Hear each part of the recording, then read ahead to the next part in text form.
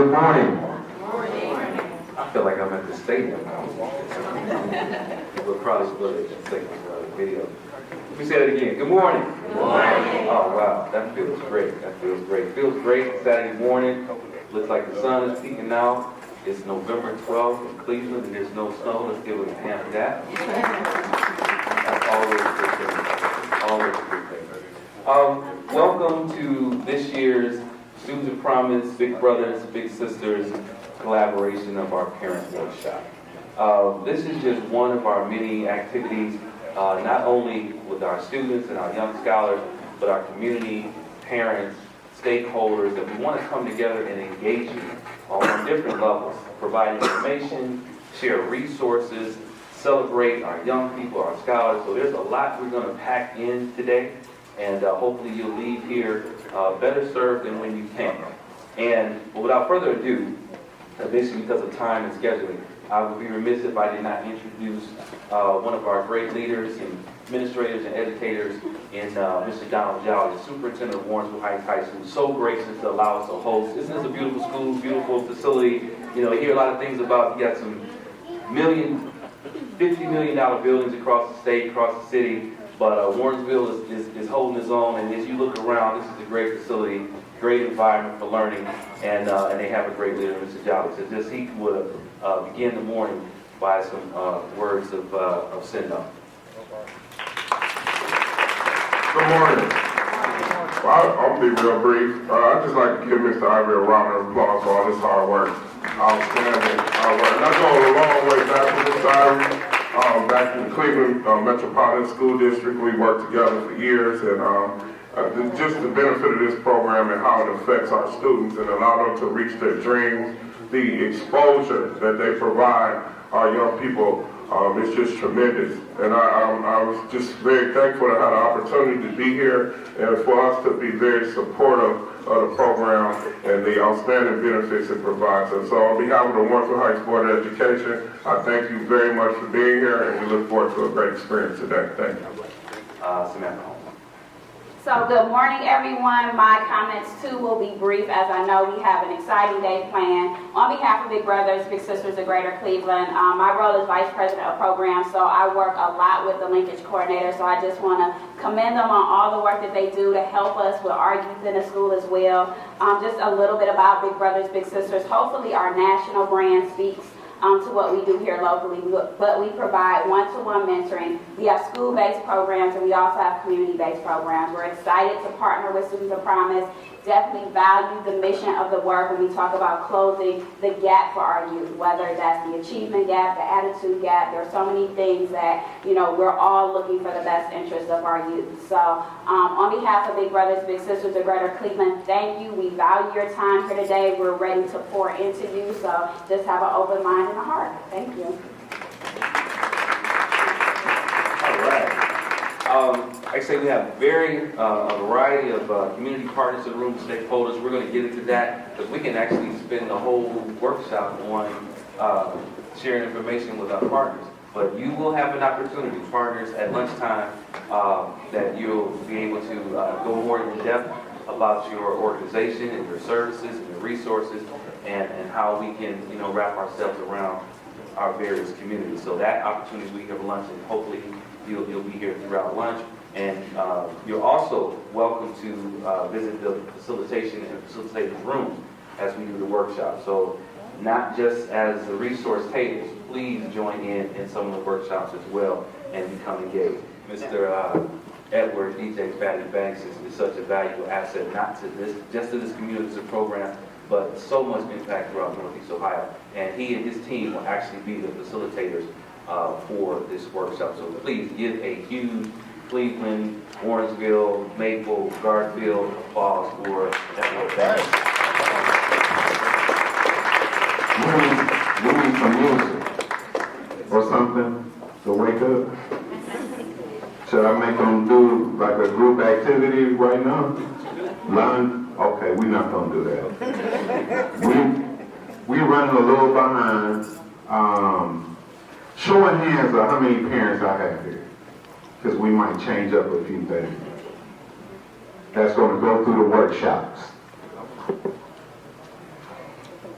So I think we're gonna do one group, Okay. okay? We'll do one group. Feel free to drop in any, some of our providers that are here, community support folks, just feel free to drop in. And I guess that's it. That's all the directives we need. And then lunch will be after, we plan on having lunch at 12. And we got a guest speaker, right? Okay. Yes, well, Ms. Yvonne Pointer is going to be our guest speaker, and like I said, our community partners will be able to engage everyone at lunch as well. And we have a dynamic motivational speaker in Ms. Yvonne Pointer, so please do not miss that. Please stick around with that. Young people, we want you engaged as well, so there's an opportunity. Mr. Banks, did you want some students to...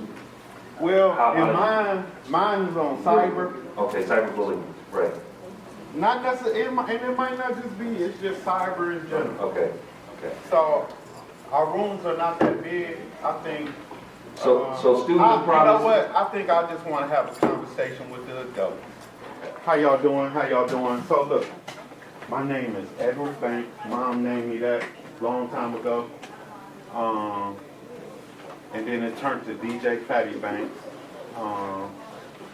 I've been in the music industry. I've been DJing since I was 13 after I was diagnosed with anger management, needing anger management, went to Marcus Taylor at 12. That's when I started DJing. That's when I started playing organized sports. So this is one of the activities we do. Okay, instead of making all y'all, really y'all supposed to be all on one side, so why don't y'all go to that side, okay? We're gonna use this pillar right here as the middle. A lot of times I like music playing when we do this. Okay. All right, so pay attention. This is the cyber effect. This is a workshop I do with the youth initially, and then we transition into work with teachers as well as staff. Okay, so if you have any school agers with a smartphone, I want you to cross the line. School agers, 5th grade and down. And down? And let's keep it the kids call it 300. They added 200 to 100, so it's 300. So keep it 300. Do anybody have a school ager with a smartphone? Okay, that's great. Middle school, 6th to 8th grade, have a smartphone. Oh, that's great. That's me. My kids don't like it, but that's me. Okay, teenagers, high schoolers with a smartphone, cross the line. When you cross the line. Cross all the way over. Okay. Come on That over. includes the iPhone? Yeah, smartphones, meaning they can get on the internet and do all this stuff. Yeah, right. You don't even count. If your teenager's life is over when there's no Wi-Fi or their phone is broke, cross the line. Come on, cross the line. Okay? I'm sorry, I missed it. What you say? Oh, if there's no Wi-Fi or if their phone break, is their life over? Is it like, Oh, the life is on. yeah, it's like state of depression, like, They just are they good? That's excellent. What's the next one I should do? Because I want to get to some of the more juicier stuff. Okay, what about if your phone breaks? Do you go into a state of depression? And just keep it real. Not depressed. Okay. Remember, we keeping it 300. Right. If your teenager does not complete household chores and homework because they are consumed in their phone and video games, cross the line. Just 2 people? I go back over there. Yeah, go on back over there. I want to see, because that's a problem in my household. Because there's some great things going on. We get a lot of bad press, bad rap about what our kids are not doing, but you never see enough on the news or in the media what our kids are doing. There's some great things going on within our schools, and especially with those students that we are participating with. So starting with, this is Linkers Coordinator Romy Graham from Garfield Heights, and he'll speak to some of his students, and I think a student in particular that's here with her mom. Thank you, Ms. Ivory. I have Ms. Destar Wood. She's over there to my left. Star, just to tell you a little about Mrs. Star. She's a AB honor roll kid. This year she did get 1C in the honors class. The C is 79.14.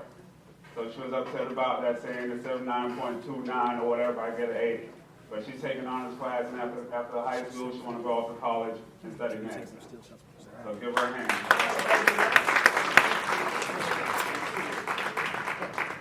Hello, everyone. How are you?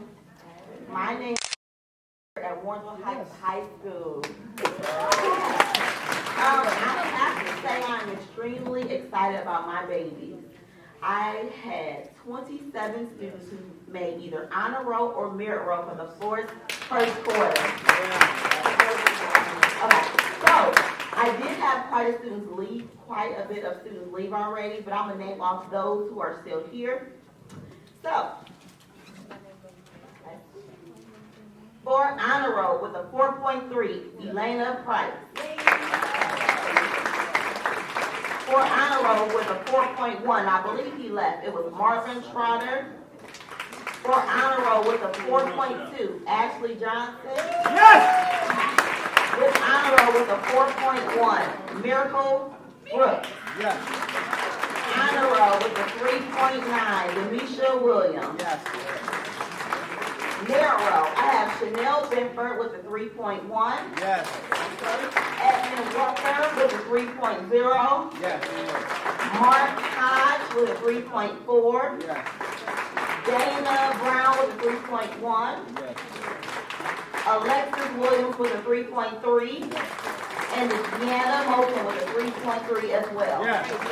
That's only the ones that's active. And also I had one more, Trajan Tucker. He had a 2.9, so he was very, very close. We have a few students here, but the ones that are not here, I'm going to read out.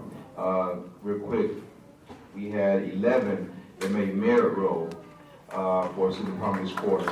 That's awesome. And we had 4 that made honor roll. In my highest GPA, I had 2 that had perfect 4.0s, 1 3.9 and 1 3.6. Gonna leave now. We are going to dismiss into our first section, please. Like I say, there's some juice and donuts. Make sure you take part. So we're going to talk about 3 different ways that you can set your students up for academic success.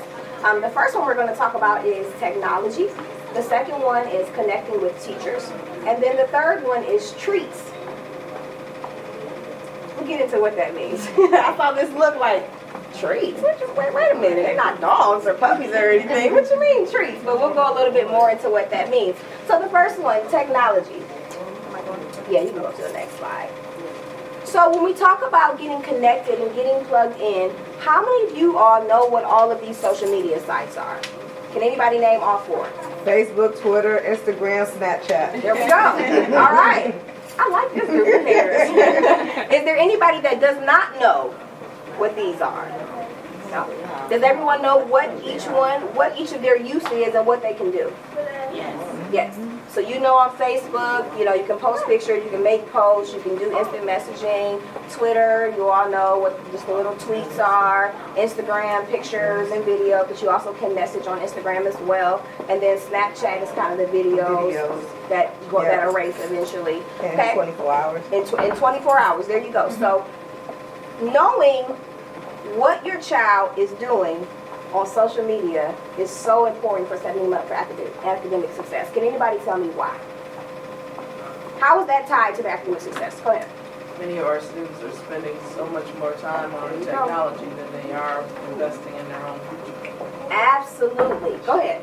And also, a lot of employers are now watching what you've done in the past on social media sites to determine whether or not they think you'll be a good fit for their company for future jobs. College admissions. Absolutely. I want to come back to that in just a second. Go ahead, sir. To piggyback off that, everything that you put out there in social media is the property of corporations and it's permanent. So anyone at any time can look it up, whether you think it's gone or not. Very, very true. So let me come back to this. What's your name? Renee. Renee, let me come back to what Renee said about the fact that employers or college admissions officers are looking at Facebook and Instagram. A lot of times our young people don't realize that. I see adults that do it all the time, that put things on there about their jobs or, oh man, I can't stand my boss, and they're going off, and it's like, you must not want to keep your job. I know you can't stand your boss, but to post that on social media, a lot of times there's no teaching on social media etiquette. It's okay to be frustrated or upset, but some of the things that you see out there, and you've all seen crazy things, whether it be from a 15-year-old or a 35-year-old, you all have seen crazy things out there. But a lot of times our students are not realizing that that's their image that you're portraying, right? And that if a college admissions officer doesn't know them, they're going to go by what they see in black and white on the application, and they're going to go by what they see on social media. Does your school or your student's school have a way for you to check their grades? Okay. So pretty much everyone does. Do you all know your usernames and your passwords? Do you check on? Do you log on? Because I think that's another thing. If a child knows that no one is watching, especially if your child doesn't struggle in school, whether it's behavior-wise or academically, then they are less likely. They know nobody's watching, and I'm less likely to get things done because nobody's watching anyways. But if you are watching, and you can log in and say, wait a minute, you had a social studies paper that you were supposed to do, it helps hold them accountable. Because again, you have to know your student. If your student is not held accountable, how do they act?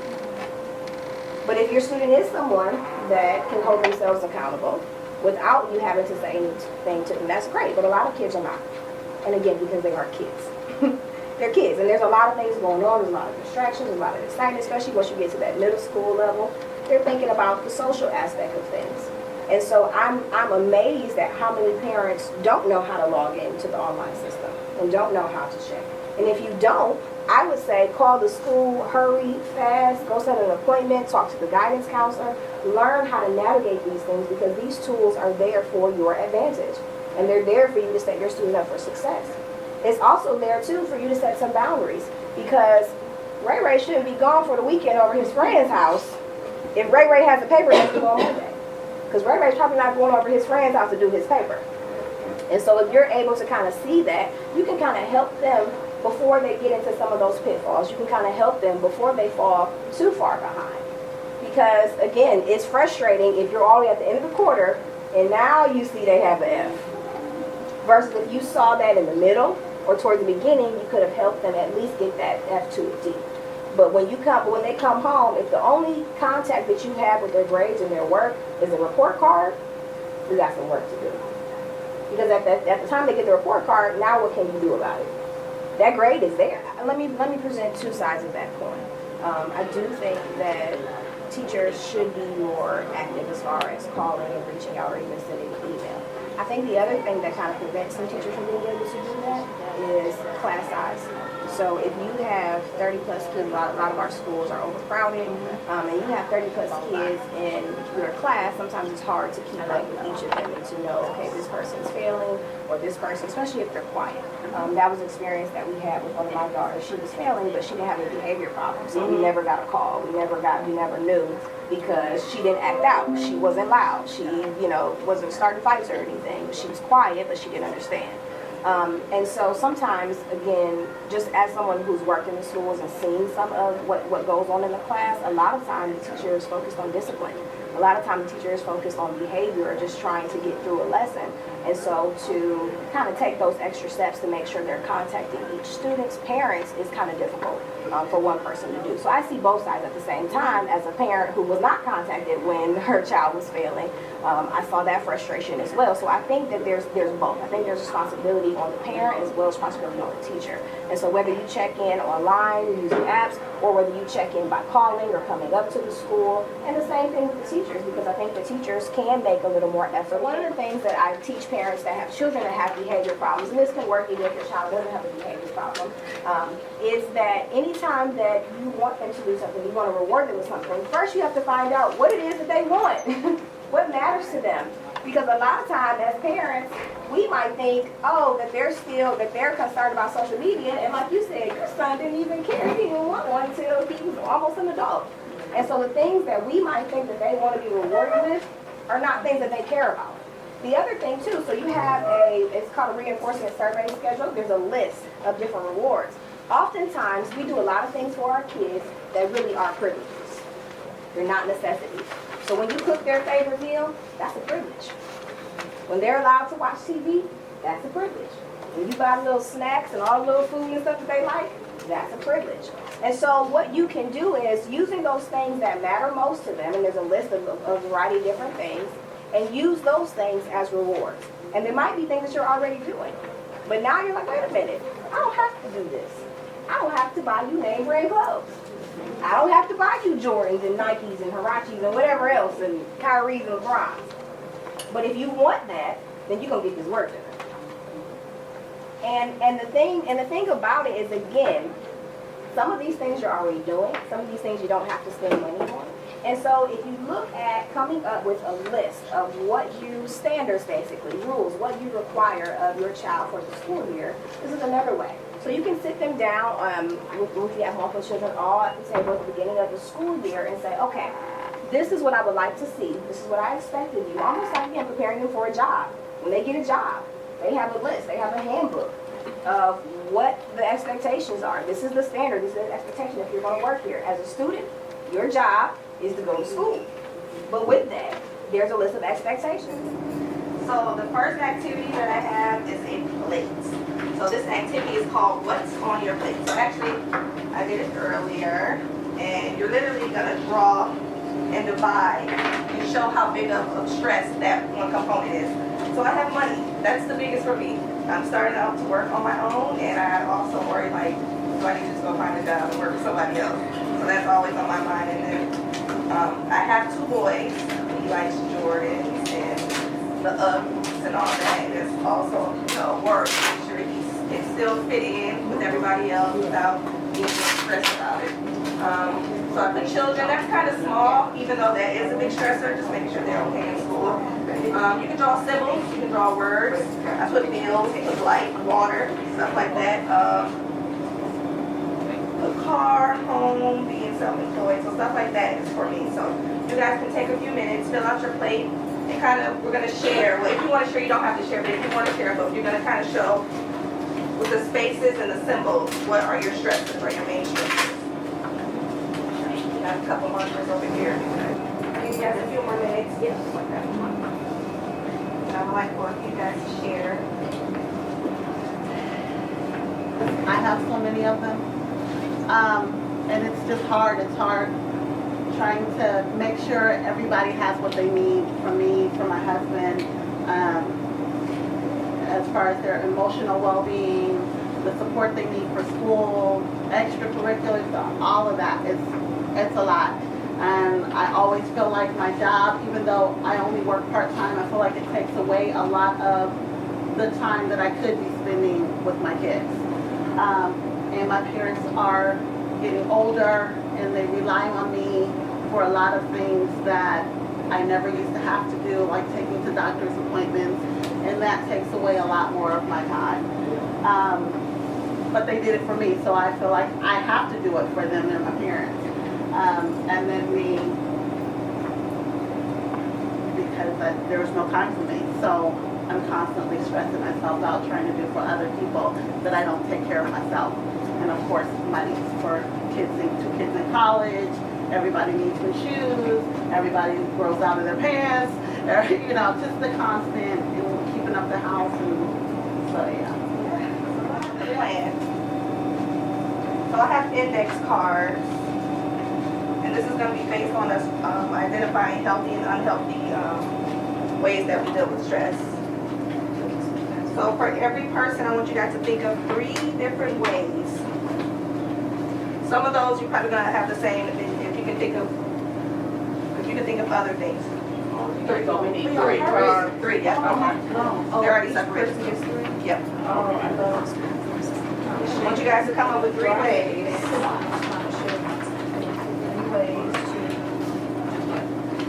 3 ways to do what? Cope with your stress. So I know. So do you guys have anything that's different from this list? Does anybody have anything different? Avoid? No, reading? Okay. Oh, she said reading. Okay, I have, you had listened to me, but I actually sing. Oh, still, okay. And then another thing I do is I sew. So I started sewing and creating things. Okay. I got getting out to nature, going out to, you know. Okay. Woods and Fresh air. Your bingo sheet is just kind of a list to show you what stress is, the signs of stress, physical and mental, and then that fight versus flight response. So you guys can just keep that. So you don't throw your bingo sheets away. You guys can keep this as like a resource and take it. My name is Stacy Brown, and I'm the MyCom Neighborhood Coordinator for Warrensville Heights. MyCom is an organization that's sort of working with other organizations like this in the school district to help families. And so right now I'm the leader of a steering committee which includes the City of Warrensville Heights, Mr. Jolly, the school district. They're a full partner, which is very good because in some places that does not happen, and we need our schools to be full partners. So that was awesome, and that's what attracted me. We have Cleveland Clinic, South Point, Tri-C, the YMCA that's out here, Boys and Girls Club, who's sponsoring this event, the City Club, Chamber of Commerce. I mean, the Greater Faith Council. So many people are coming together because what we're trying to do is get your children in the quality programs that already exist in Warrensville, and there really are a lot. So one of the things I just passed out to you is the Spark program. I used to be a principal in Akron. This was one of the best programs I've ever seen in my life. They start working with parents when the children are 3 and 4 years old, and they start to teach you how to work with your kids. That is huge. Right now, and especially since the results of the election, things are about to change so rapidly in public education, more rapidly than the changes you probably don't even know about just yet. I mean, in the years that we've had a GOP governor, their beliefs are just a little bit different. And so every single semester we were getting these cuts, programs, and different things we loved were just kind of going away. And I've been in the inner ring suburbs here in Greater Cleveland. So the bottom line is things are about to change. So you need to really first, number one, start now. Empower your children, empower yourself, start now. But I needed to start with my partner and my friend who's coming from my left, who we go all the way back to high school and Upper Bound and West Tech and a whole lot of stories that nobody here will believe. They'll believe my stories though, but she's also the president and CEO of Big Brothers Big Sisters, our proud partner in this parent workshop. So this Armstrong is going to share a few words with you. Thank you. Good afternoon. It is indeed an honor and a privilege to be here this morning, this afternoon. I am so excited to see so many parents who have taken time out of your busy schedule to be here for something that's so important.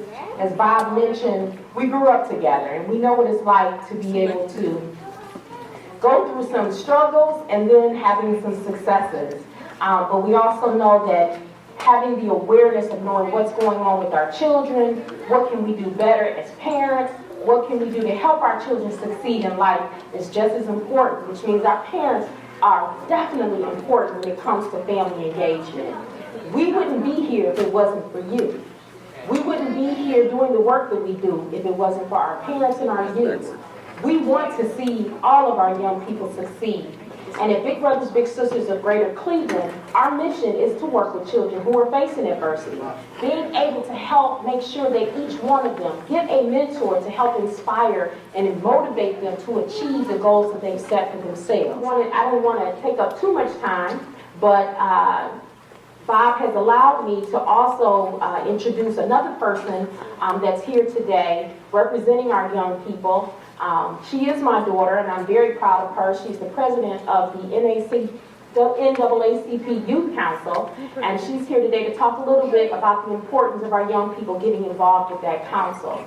So will Caitlin Howe come forward just to share a little bit of information about NAACP Youth Council and the good work that they're doing right now. Now is the time for you to get involved. We do a lot with voter registration. We had two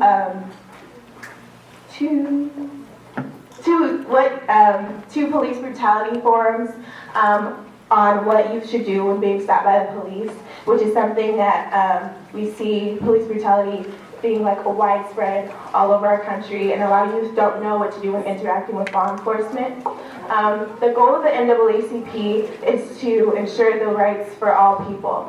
It's a time for you all to be involved because as we see the election that just passed, our voices need to be heard. And as youth in this community, as being the next generation to run this country, we want our voices to be heard. I think it's very important, and I think that all of you should be involved because it's a chance to be involved in your community and to give back to others, as well as making others aware of what's going on.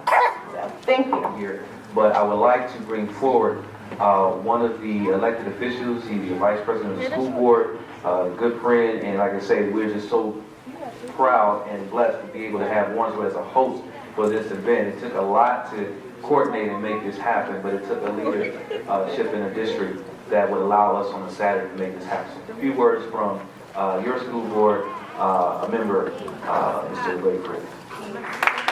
Thank you, Bob. I want to thank everybody for coming out. Glad that we're hosting Students of Promise on behalf of the Warrensville Heights City School District. We're very fortunate to have you here. All these minds in here, and all your minds are going to be the minds that change this world. All your ideals are going to be the ideals that change the world. Your education is the strongest weapon to change the world.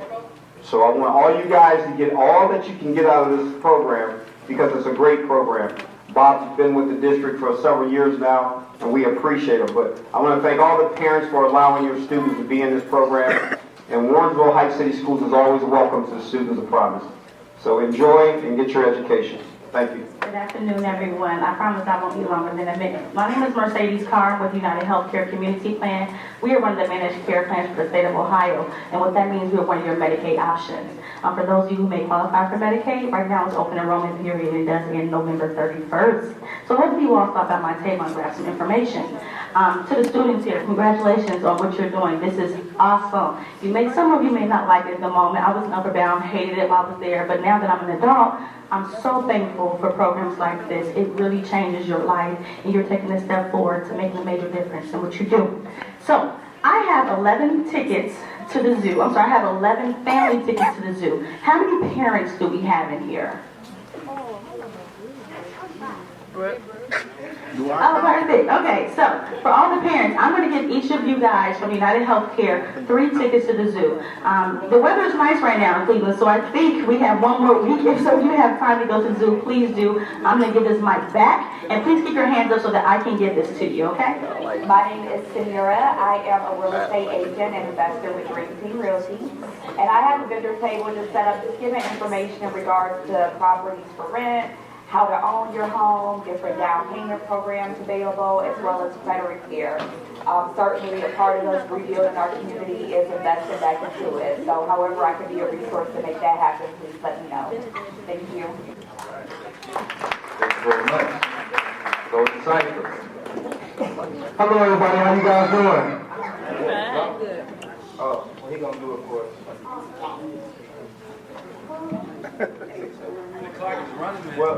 Well, Golden Cypress is an African-American grassroots organization designed to assist in reconnecting our family structures and rebuilding our communities, thus empowering us to grow mentally, culturally, and spiritually, developing healthier community lifestyles.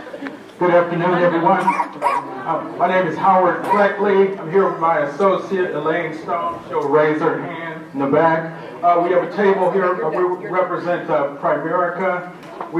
What our company does is basically share financial empowerment, ideas that puts more dollars back in the budget, ideas that help you make it easier to take care of your family, and I'm sure you're planning on future education plans for children. We have programs that help make that happen. We've been sharing ideas that help people who want to have additional income to realize some of their own goals and dreams. We're here to help make that happen as well. We do have a table outside. We're happy to share details with you. What we're looking to do is designed to make life better for families. Thank you very much. Hello everyone, I'm Elle Adams. I'm from the Greater Cleveland Food Bank. We make sure that everyone has access to good, fresh food, and we also love for people to come out and volunteer at the various sites that we have for the Greater Cleveland Food Banks.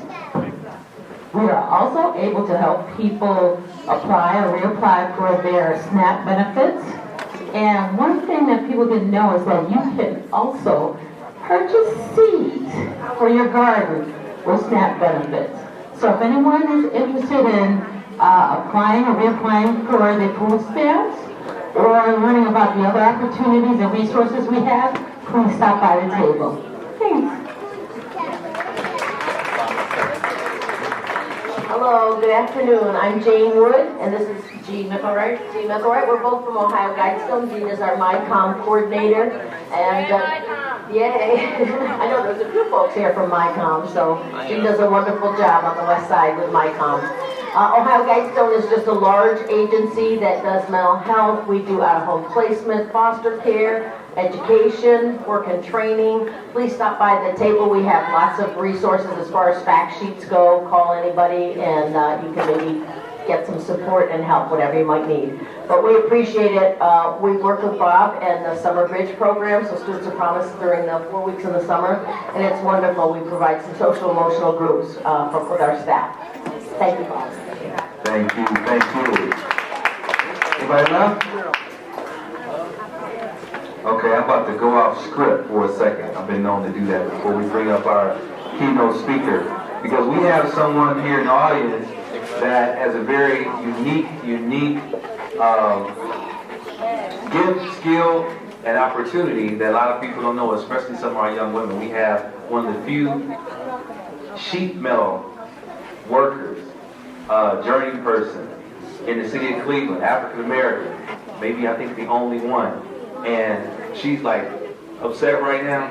We'll get past this later. But I do think it's very important that, especially our young ladies here, the opportunities in the trade field, because you have one of the few in the state of Ohio in this room right now, Fatima Ware. Just come and tell our young ladies how important it is and the opportunities in the trades field as a sheet metal construction. We're talking about 300, 400 feet in the air working right here. Hello, everyone. This is all very unexpected, but I am a sheet metal worker. Most people think that I don't look like it because I work outside in the cold and I look like a man all day, during the day. However, everyone is not meant to go to college. They don't have the mindset right away. And becoming a construction worker would be a great career for you. For the sheet metal workers, we need women. So I'm always trying to get women to come out to apply. I am the only African American woman in my union, and that's out of 1,000 members. It's very hard work. However, before this, I have a bachelor's degree. So before this, I did work in an office, and I made good money. I make more now. So it can pay your bills. As a single mother, if any of you are single, it can help you take care of your children without struggling so much. And once you get into it, you'll actually, I was in a school the other day, Elmira Middle School, and I helped build it. So when I was inside, I'm like, oh my God, it's so awesome looking at what you did. So if you like doing stuff and looking at what you've done, then it will be a great opportunity to go past the building and say, oh my God, I helped build this building. I helped to build Cleveland Clinic. I helped to build whoever built Warrensville. I didn't work on this, but that would be something, if somebody worked on it, that they would think, oh wow, look, it looks awesome, I did this. So it can make you feel good about yourself, and it can pay you very well. That's all I have to say. If any of you ladies are interested, you can contact me. I would love to help you get into the trades, not just sheet metal. I'm on a committee for trades women, so there's other trades out there also for you. The laborers, pipe fitters, bricklayers, plumbers, many trades that would love to have more women come into. But without further ado, the president of the NAACP and many other accolades, Mr. Mike Nelson. Well, good afternoon, everybody. How are you? Man, I can smell those meatballs before I got in here, man. I got very, very hungry. Well, first of all, to Mr. Ivory, Ms. Armstrong, and all the others who are helping and providing support to you, we are most appreciative of everything that they do. But the focus of this, and the focus of my very, very brief comments is going to be towards each and every one of you. You've heard that old song, "The children are our future." Well, we may say it, and it may not sound sincere when we say it, but that is the absolute truth. Except for you, we have no future. Let me say that one more time. Except for you, we have no future. In fact, I want to turn it around, and I want you to repeat after me. Except for me. Except for me. We have no future. We have no future. Now, why is that important? Well, it's important because we're experiencing a very unique time in our country's history. Did you know that our country is only 241 years old? That sounds like a long time, doesn't it? Well, let me put it in perspective for you. My grandmother was 94 when she died. Now count back 94 years from today. What does that make it? 94 years from today, count back. What year would that be? This is 2016, subtract 94, what year would that be? 2000 and what? 20? 2022? What? 1922 rather? 1922? Count back for me, somebody. Tell me what would that be. Say it again? 1922. Now her grandmother was 90 years old and died when she was 4. So count back from, and my grandma was born in 1914. So count back from 1910 and count 94 years back. Where does that put us? From 1914, subtract 94 years. What does that put us? What year? Hello? What year? Say it proud. Say it loud. 18 what? 18 what? Go ahead. Is she okay? Do you understand what I'm saying? Now, if you count back another 50 years from that, we were engaged in the Civil War. And if you count back another 100 years, we had no country at all. So what I'm telling you is that time is marching very, very rapidly. Your skills are important to us to make sure that our country is all that it's supposed to be. Now, you're going to be learning some civil rights. You're going to be learning some civil rights. You're going to be learning about a lot of our history. But more importantly, you're going to be learning about what you can do to make sure that we have a history. I want to thank you for coming out, for being on time, for being attentive. And I also want to thank you for looking as good as you look this morning. I think you deserve a big hand. You just look good. I give yourself a big hand. Thank you, Mr. Ivory. Okay, thank you, Mr. Nelson. That was an extra treat. Now, we have got some information today. We've engaged each other. We ate good, did we not? Now, we have led to our culminating event, which will be an address by our very own Ms. Yvonne Pointer.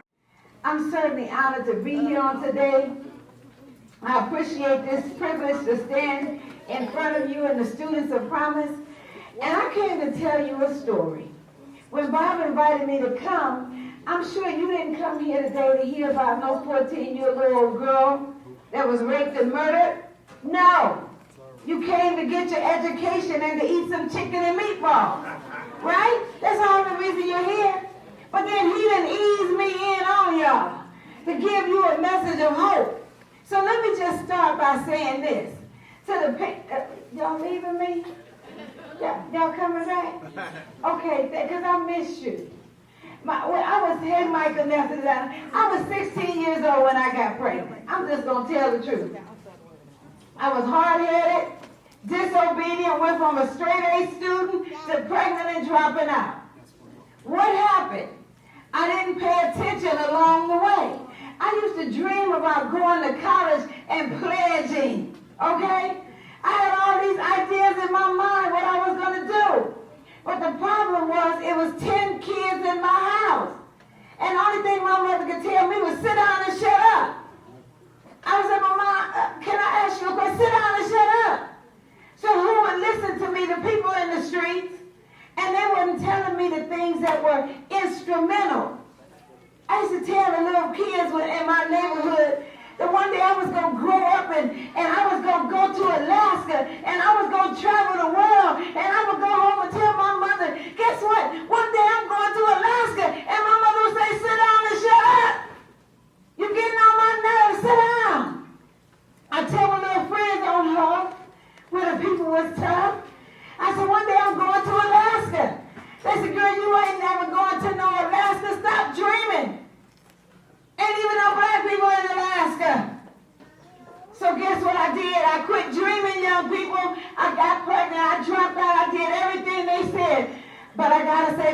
grace of God.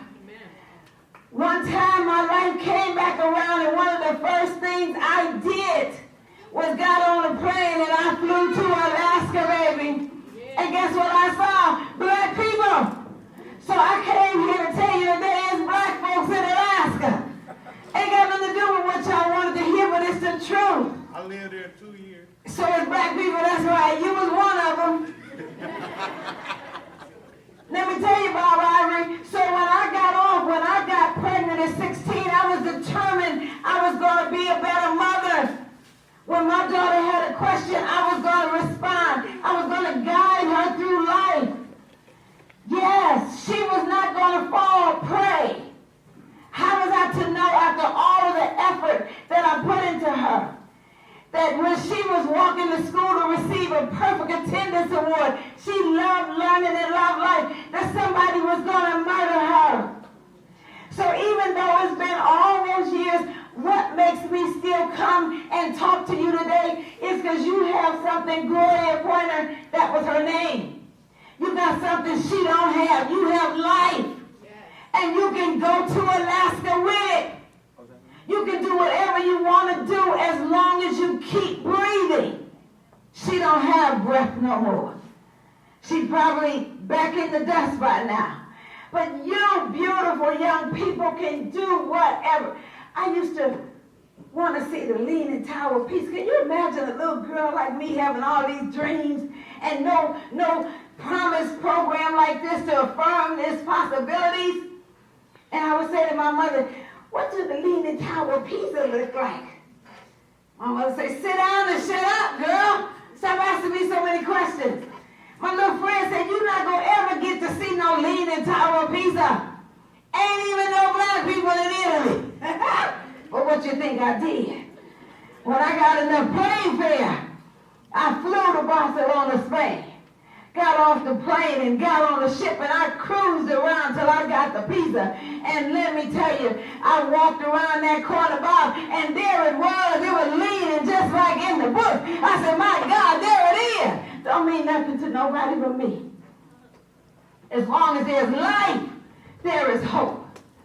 So you have to dream big dreams and don't let nobody tell you it's impossible, even if it's your parents. Can I say something to you, parents? Pay attention to your children. Don't be a dream diminisher. I know we tired. I know we got a lot going on. I know you got bills. Put your phones down for a minute and listen to what their dream is. With my daughter, my other daughter, I love to read. Woo, any readers in the house? I see you. I love to read. And I would have a specific time at night that I read. And my daughter would come in and she would say, Martha, I said, what is this in my hand? She said, a book. I said, what happens when you see a book in my hand? I go pick up a book and read too. Don't you understand that if you have the gift of life, parents, I don't care how bad your child might be getting on your nerves, if you can hear the sound of their voice, that is a blessing. What would I give just to have her say one more time to me, Mom? She was a cheerleader. Any cheerleaders in the house? Okay, I had to hear every cheer. And I never one time said, sit down and shut up. I said, let me hear it again. So on today, I just want to say this to you. Dream big dreams, young people. And parents, please instill in your children that they have the right to dream. Let me just say this. I got so much to tell you, but I'm going to close with this for real. After 29 years, my daughter's homicide was finally solved. Why? Because I never gave up looking for the person. Right now, we're in the process of building our 4th school in Africa in her memory. You can do anything if you put your mind to it. So any young people want to know about the school, if you want to go with me, I talk to people about going to Africa. I ain't going over there with them monkeys. See how miseducation will do? You have to know that there's a world outside of here, outside of this city. And there is nothing impossible. All you gotta do is just keep living. Just keep hope alive is what I tell people all the time. Be the best you that you could ever be. And then, one day what you might find out is that you're gonna find yourself in places that you could only imagine. When I went to the Sistine Chapel, and they were saying, y'all know where it is? Who know where it's at? Young people, where is it? They were like, no pictures, please. No pictures. What y'all think I did? I'm not coming all the way here, don't take a picture. It don't mean nothing to nobody but me. But you have to live your life and take the limits off of your children. You have to say to them, listen, anything is possible as long as you keep living. I love you, I thank you, I appreciate you. I get to do these things, I say to the children wherever I go. I can't speak to Gloria anymore, but I love talking to you. Thank you, Bob, thank you, Bob, thank you, Bob. For the good of the order, we want to thank you, and I want you to say one word after me, and keep this in your mind, keep this in your heart, keep this in the school year, that we do this for each other, we're going to be all right. Can you say uplift? Uplift. Uplift? Uplift. All right. Everybody have a great day. Thank you so much for coming.